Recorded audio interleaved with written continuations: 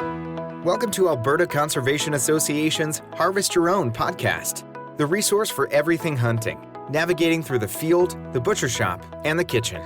Life is all about great food. Let's get started. Welcome to the podcast. I'm your host, Brad Fenson, an avid outdoor enthusiast who has worked as a freelance journalist, photographer, and public speaker for over 3 decades. I have hunted, fished, and foraged all my life and hope to share my passion for the outdoors. Along the way, I want to encourage everyone to harvest wild proteins and enjoy the satisfaction of providing the next meal for your family. Our goal is to educate, entertain, and inspire individuals to get outdoors and create a connection between food, health, and your future meals. Welcome to Harvest Your Own. Today, we're talking spring snow geese. And no one better to do it with than Todd Zimmerling, who I've hunted spring snow geese with since our season opened in Alberta. We talked about it before that first year. We've learned a lot of lessons. However, I still think there's a lot to learn. Isn't that the best way to put it, Todd? Oh, I think every year I learn new things for sure. Yeah, there's no doubt about it. Yeah, I think the number one thing that we could say is that there are no 2 spring seasons that are the same.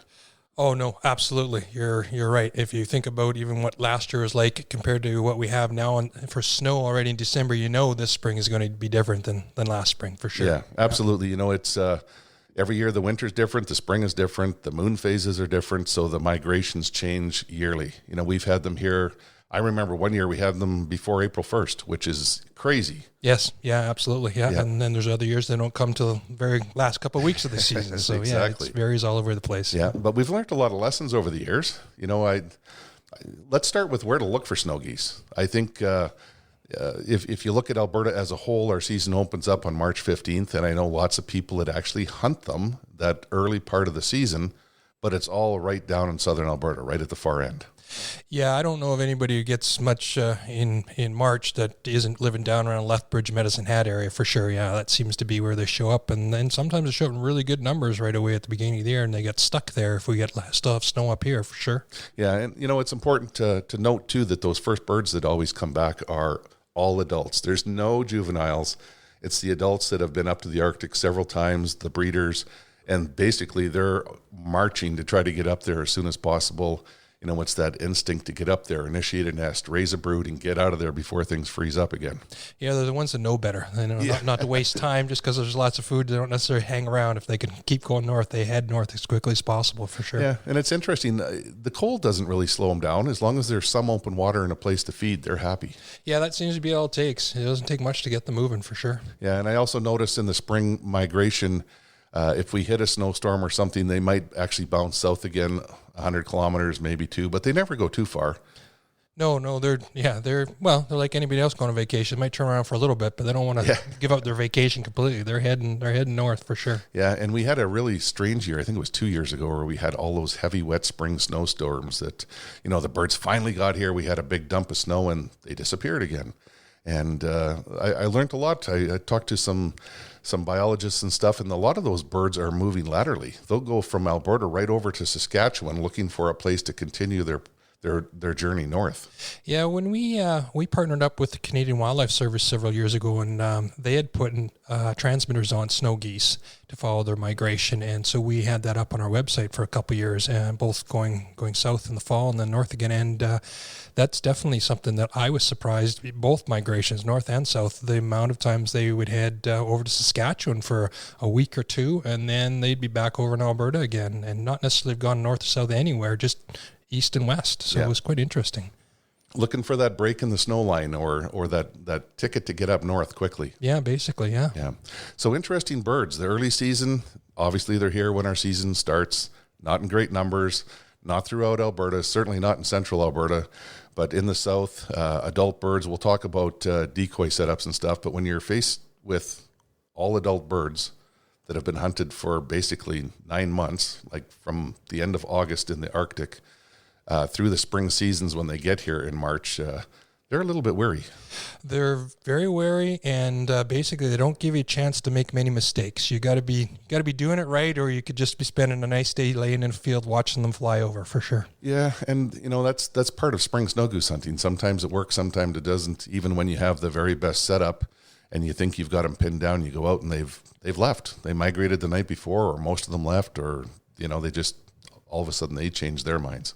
Yeah, they're a lot less predictable, and it's not like they're that predictable in the fall, but they're even less predictable in the spring for sure. That's something I noticed. Not that much affinity to the fields like they would have in the fall. Yeah. So we know that they show up southern Alberta really early in the season. If you ever wanted to chase them, that would be the place to go. Central Alberta, I'd say you're looking anywhere from April 1st to 10th is when we really get enough influx of birds to set up a hunt. Yeah, no, I would agree with that for sure. And like I say, it varies a lot from year to year, depending upon how long it takes for the snow to melt off. But yeah, once you're into sort of the first couple of weeks of April, you should be able to start looking for some good hunts. Yeah. And, we'll talk a little bit about what do you need for numbers of birds to have a good hunt. Like with Canada geese, you can go out when they come out in groups of 6 or 8 and have 100 birds and have a wonderful shoot. 100 snow geese in a field probably isn't going to be very productive. You'll get 3 shots if you're lucky, and then that's it. Yeah, right. That's exactly the problem, yeah. Yeah, so you're looking for thousands of birds. I'd say anywhere from 2,000, 2,500 up to the big swarms where you get 5,000, 10,000 birds. Yeah, I think, and even more than I think the numbers is trying to find a place where they're not coming in just one giant flock. Like even 10,000 birds in one flock, you're still only going to get 3 shots and then they're gone. So trying to find fields where you get multiple big flocks coming into the field is really what you're looking for. So a full field, but a full field that fills up over various flocks coming into it. Yeah, I'm glad you brought that up because there's a bit of a strategy to it as well. You and I have seen this many times, and we had some hunts northeast of where we live here a couple springs ago where we had huge flights of birds come out and they flew right over us. And we let them go. They're probably pushing the range of a shotgun, and pushing my range. You may have had them definitely pushing my range. Yeah. Anyways, we let them go, and it's a strategy I've learned when I was hunting in the south. It's like don't educate the birds. Right. And one thing we should talk about in the spring is snow geese are antsy. They can't sit still. They're feeding in the same fields they fed in the fall, and a lot of them are picked pretty clean. So it is not unusual for them to bounce or jump between fields. And in a rotation, if you're out spotting geese, you'll find that the same flock of snows might feed in 4, 5, or even 6 fields during the day. Yeah, for sure. And I mean, some of the best hunts I've had have been hunts where they did not come to my field initially. They went to a field where they could still see my field, and then little bits of them would break off from that group that's feeding. Every once in a while you get small flocks of 10 to 20 come over, which is perfect. You get 10,000 birds coming over 10 or 20 at a time. That makes for a fabulous hunt. Right. So yeah, it's the day isn't over just because they don't come to your field right away. That's for sure. If you did your spotting and the birds were there and you saw birds leaving, coming, bouncing all over the neighborhood, you're probably still in a good spot. Absolutely. That's the main point. Yep. Yeah.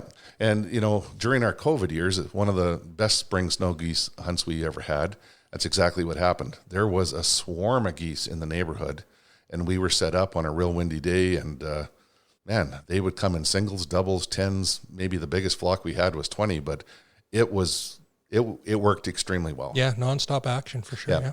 And the key was we sat there and were patient. All the birds flew past our field, and we sat there like, are they going to come back? We don't know. But you put in your time, and usually there's something that does. Yeah, absolutely. The nice thing about spring snow goose hunting is usually the weather has improved significantly in what you're used to all winter. So you're willing to lay out there for a long period of time, just enjoy a little bit of sunshine. And you're willing to wait a lot longer for the snow geese to come in the spring than you are in the fall when it gets cold and wet and miserable. Yes, there's no doubt about it. When you talk about that, though, we have started off early a couple of years when the ground was frozen, and you couldn't even push a decoy stake in the ground. Yeah, those are tough days for sure. Yeah, no doubt about it. Yep. So I know I made a jump stick that's made out of rebar with steps on it, and you can jump on it. It'll poke a hole in the frozen ground where you can put the stake in. I know some guys in the south that use a big electric drill and a 3-foot bit where they drill holes and put the stakes in.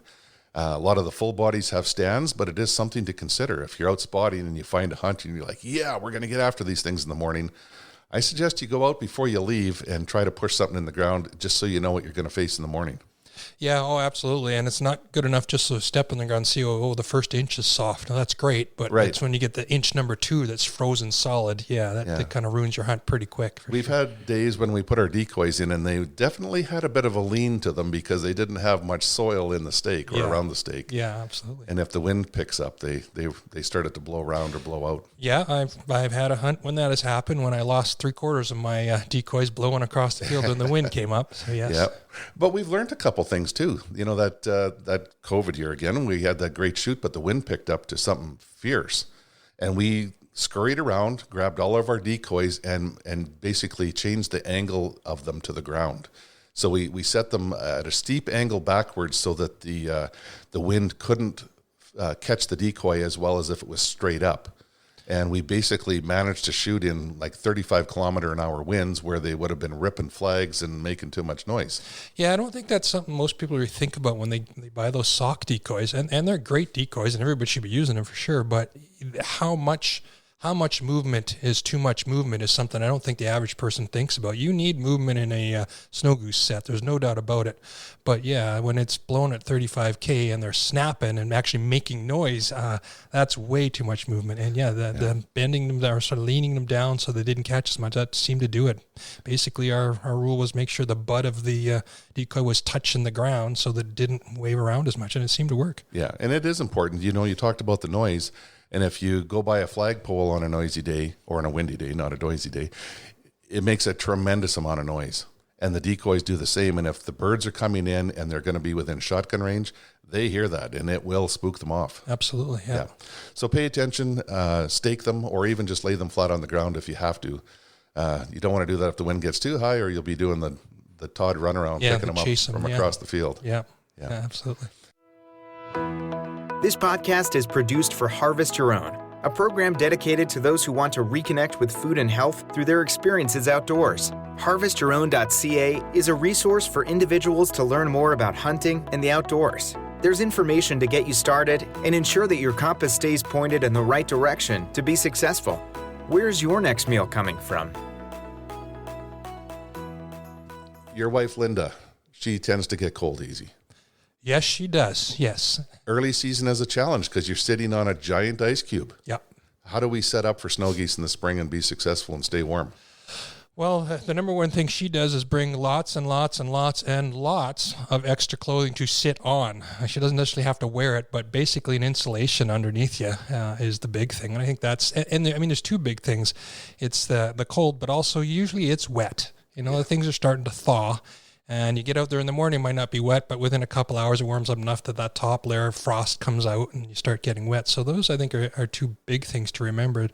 Wear or have something to keep you dry, and then have the extra layers. You don't necessarily have to wear it the whole time, but at least to sit on to keep your butt warm and your back warm, that sort of thing. Because, nothing ruins any hunt faster than someone starting to shiver and be cold. It's not fun anymore, that's for sure. No, and on those really early spring days, I get cold too if I'm sitting on the ground itself. So, I like to use my Goose chairs. I've got those zero gravity chairs. I'm sitting about 6 inches off the ground.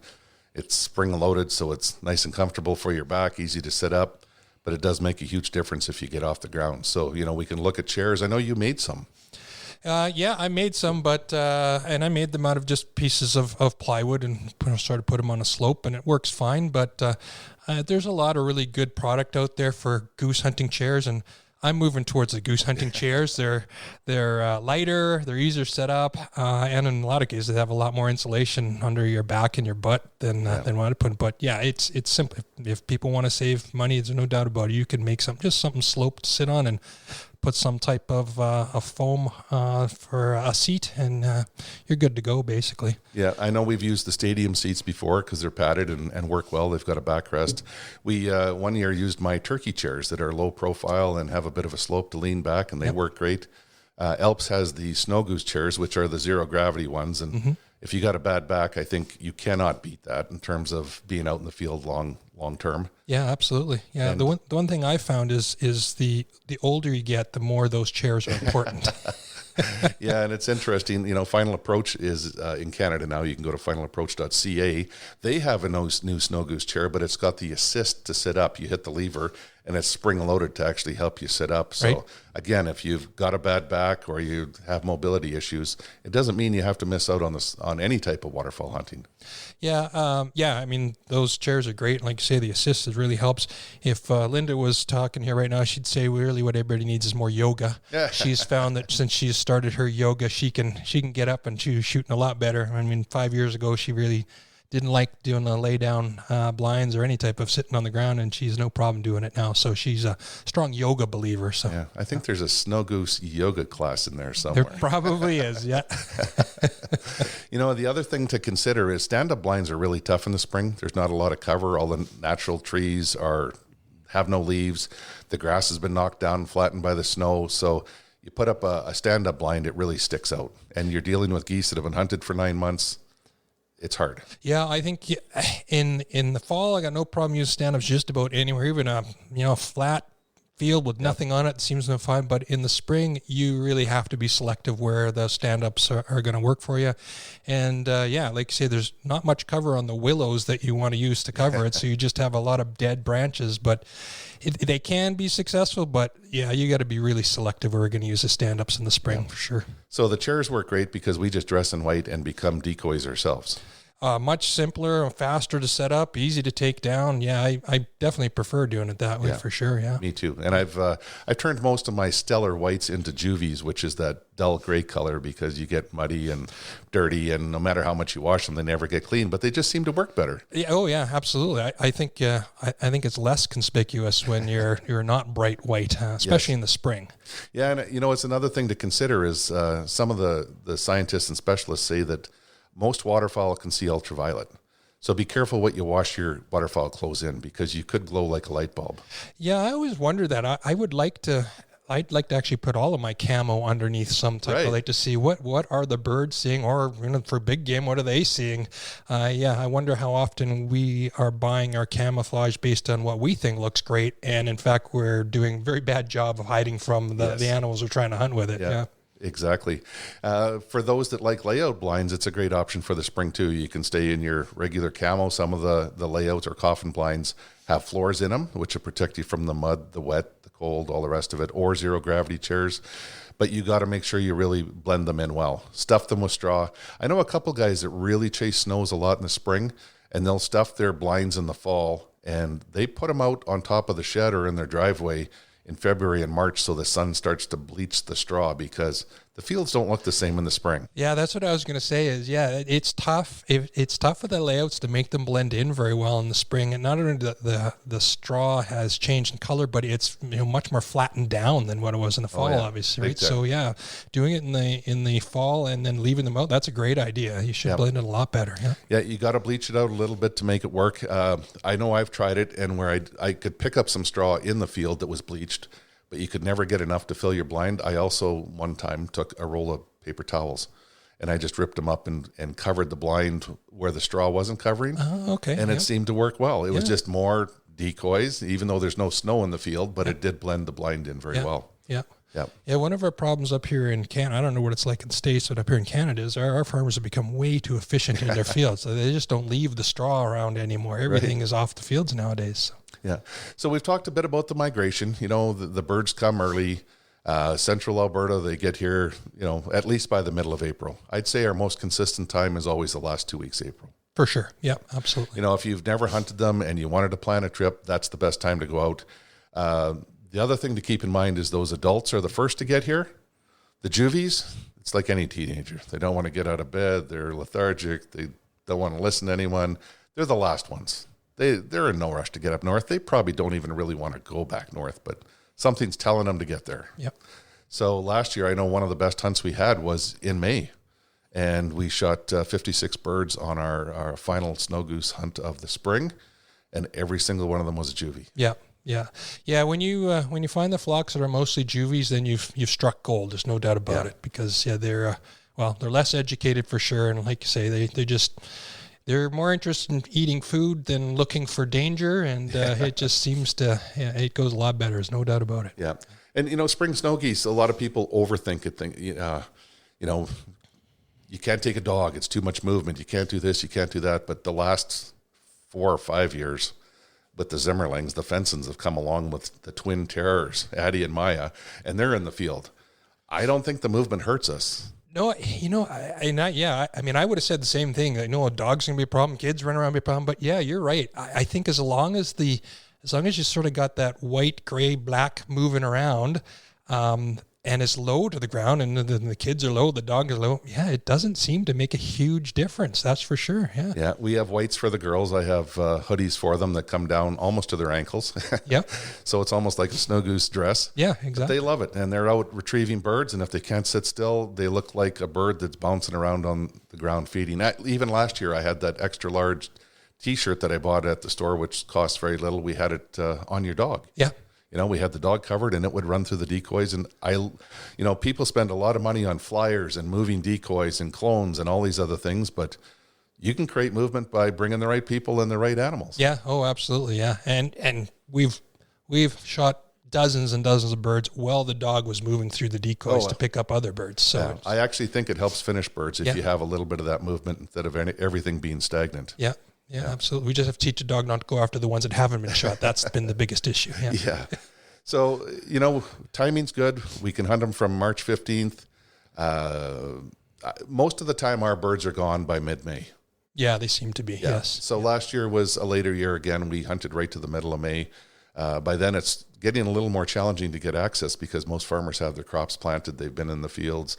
You're walking out, but the opportunity is still there. Yeah. Oh, it certainly is. Yeah. The latest I've ever shot some were the first week of June, but that was in Saskatchewan. Oh, okay. And again, it's right up against the boreal forest, and all juvies, they were just taking their time getting north. Yeah, absolutely. But, we talk about that. What happens when you have to walk in? Now you've got all these decoys and things. What's the best thing to use for setups? Yeah, and it's definitely a much bigger issue in the spring for sure. Like say, things get a lot softer, and we've used everything from just our same sled. We'd use the sled out a deer in the fall. We'd use it to sled stuff in to the game carts. They work great. Yeah, they tend to. Yeah, unless you get into some really sticky stuff, and then we've hit that too. We've hit that. Yeah, and then sometimes it's just the good old back. You throw them on your back and walk them in. So those are definitely the hunts where you're hoping the birds are a little closer to the road than in the middle of the field kind of thing. But there's certainly years where there's extra work involved. And like I said, right now, based on the snow we have on the ground, this spring might be one of those years where the fields are going to be wet right from the very beginning. Yeah. As opposed to last year, they were dry as a bone. We could drive the trucks right in just like it was the fall again. Yeah, we have very similar gear, so we set up the same, and I would say the majority of our hunts that I do anyways are with you. So we use a lot of the socks. Yep. We can fit, I think I've got about 200 or 220 in one of the backpack bags that we have. If we have to walk out or pull them out, you can take a lot of decoys in one run. Yeah. The other thing to keep in mind is, we've got some of the older model socks that have the longer stakes, and I like those a lot better for hiding people. If you're in a chair, you put the stakes right around you, fill in really densely, and you just disappear into that sea of white. Right. So I think it's really important to have the right decoys when you're trying to blend in with them. Yeah, I agree 100%. I think the taller ones work really well for hiding people. I think the only caution I would give people is to, like, one of the issues I've seen in the spring in particular is shadow. Correct. Right? Because you got a lot of long light because of where the sun is. Yep. And if you stick those tall decoys up, straight up in the spring, they cast a pretty long shadow come evening or first thing in the morning. And I do believe that makes a big difference on, especially the adult birds. They see that. And yeah, snow goose will cast a shadow normally, but not that long a shadow. So they really notice that. I think you really have to be careful on that. This podcast was made possible by Alberta Conservation Association and the Harvest Your Own community. If you're interested in harvesting your own food, there's a comprehensive collection of information. To gain insight and knowledge, head to the field, harvest your own protein, prepare it, and taste the results. HarvestYourOwn.ca is a library of information from getting started and geared up to processing, butchering, and cooking wild game to make the connection between health and food. Yeah, we should talk about that a little bit too. When we do find a hunt, we tend to want to hunt it in the evening because springs, you got to get up so early. It's almost ridiculous. Yeah, I can't convince Linda to get out of the bed early enough to go hunt spring snow geese in the morning. No. But I always look at the forecast, and if I can get overcast and the right wind or the right conditions in the morning or evening, that's certainly going to sway my decision when I go out. Yeah, well, if you're looking for the right weather, overcast is the right weather for snows. There's no doubt about it. Absolutely. That last hunt I had last year in May, the forecast was supposed to get nicer and nicer as the day went on. So we were out first thing. We had a light drizzle, overcast. We had about a 16 kilometer an hour wind, and it was perfect.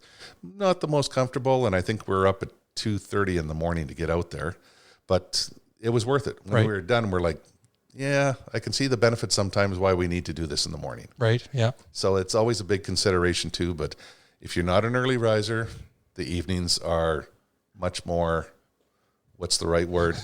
Pleasant. Yeah. You're not going to be overtired. It's easy to pick everything up. It's usually a bit warmer. And, I would say we have a pretty even split between sunny days and cloudy and windy days in the spring, whether it's morning or evening. For sure. Yeah, absolutely. One problem, of course, we have here in Alberta is you can look at all the forecasts you want, but everybody knows forecasts are wrong 90% of the time. So you just never know anyways. So, yeah. A couple other things about decoys. I also use some silhouettes. I think they look a lot more lifelike, but you want to set them at least 3 different angles. You don't want them all facing one direction, even though you think the birds are all going to come from directly downwind.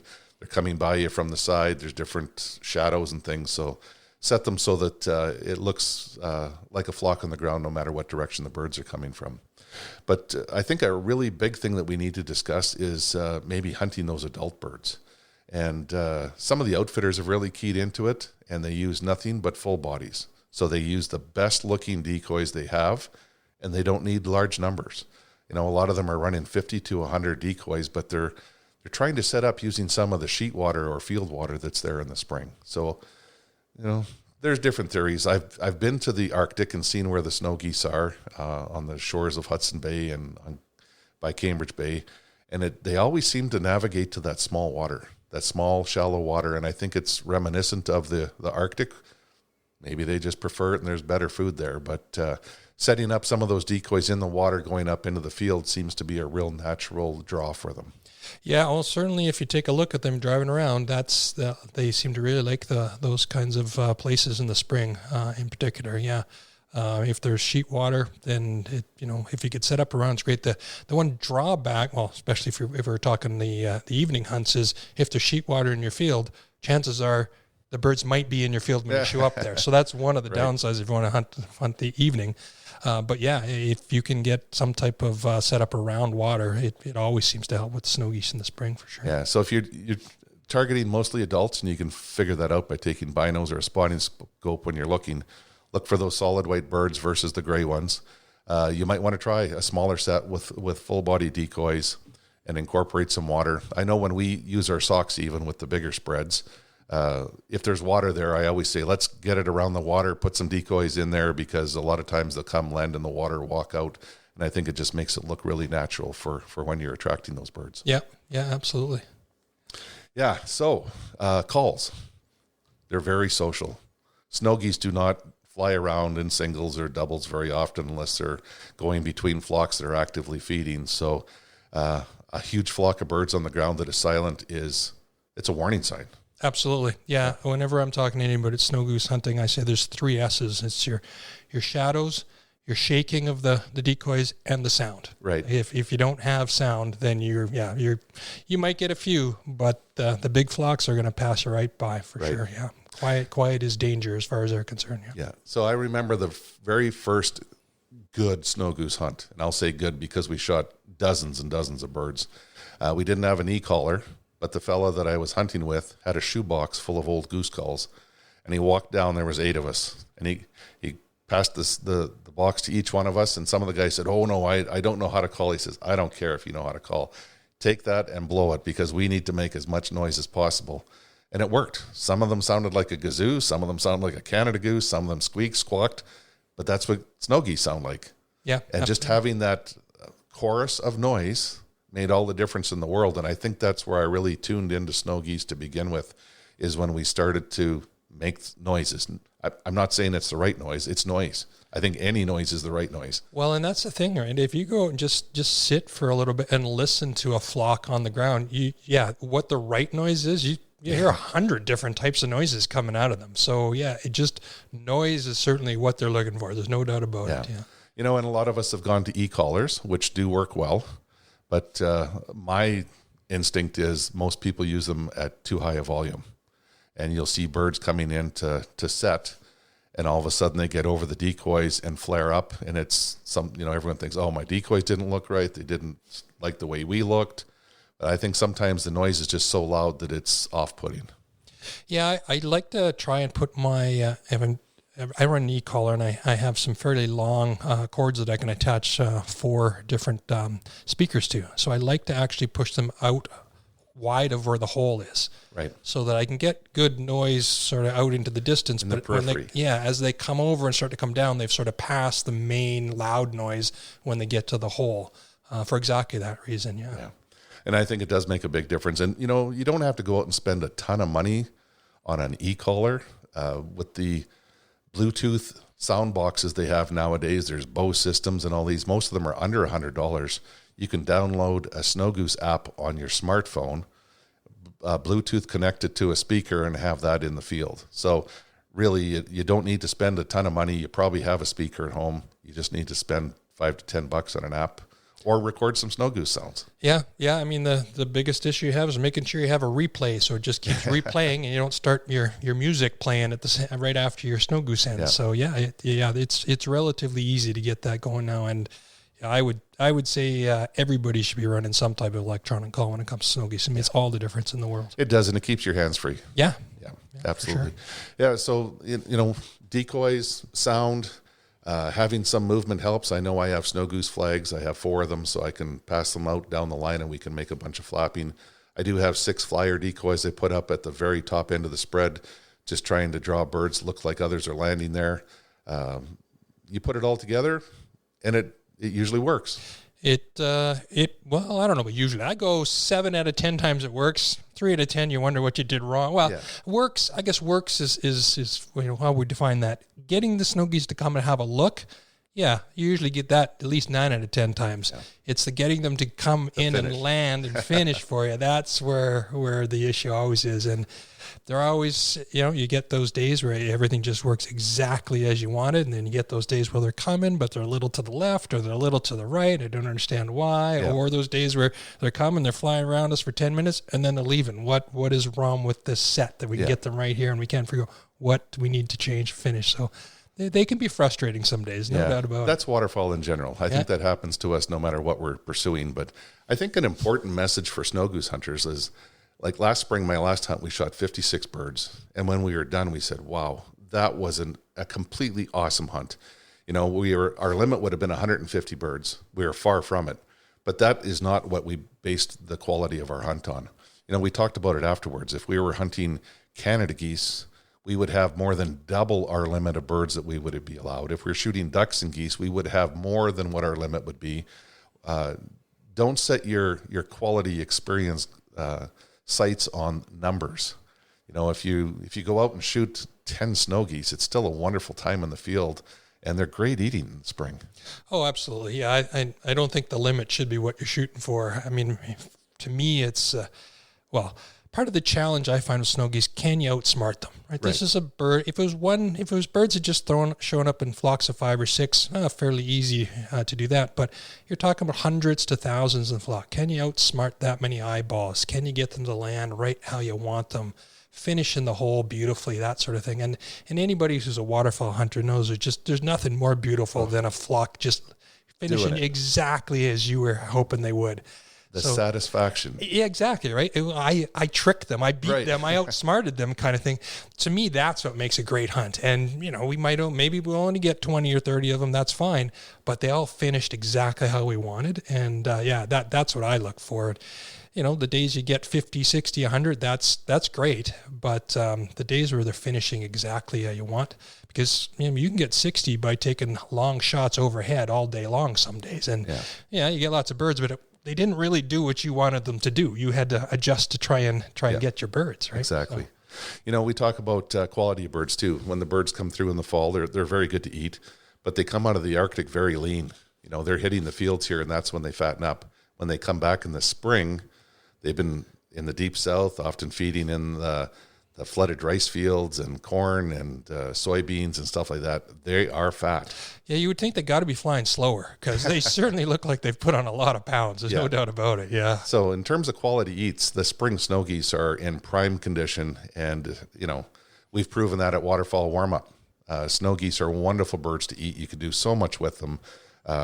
They could be tender, delicious, and very versatile in terms of what you want to do. Yeah. Oh, absolutely. Yeah, I think anybody who sort of turns the nose up at the idea of eating a snow goose just hasn't done it the right way, hasn't had it prepared appropriately. Right. And there's lots of recipes on Harvest Your Own website that we have there for people to test out. There's lots of great options. Yeah, there's some great articles too about how to set up your decoys and calling and what shotgun to use and shots. So Harvest Your Own is always a good reference and library for people that want to learn more about any type of hunting in Alberta. Yeah, absolutely. Yeah, and the one thing that I guess surprises me more than anything else is in the fall, there's some competition for fields. Well, sometimes we'll call up and say you saw a bunch of geese in a field and someone else has already come. In the spring, there never seems to be that competition. So there's a huge opportunity that I think a lot of people just ignore and miss out on. You've spent all winter cooped up, not being able to go out doing any hunting. Spring snow geese, even if you only get out a couple times, because it's a relatively short season, but even to get out a few times, it helps you knock the dust off and get you excited again. And you got to go run around, figure out where all your gear, where you put it last fall. But it's a lot of fun.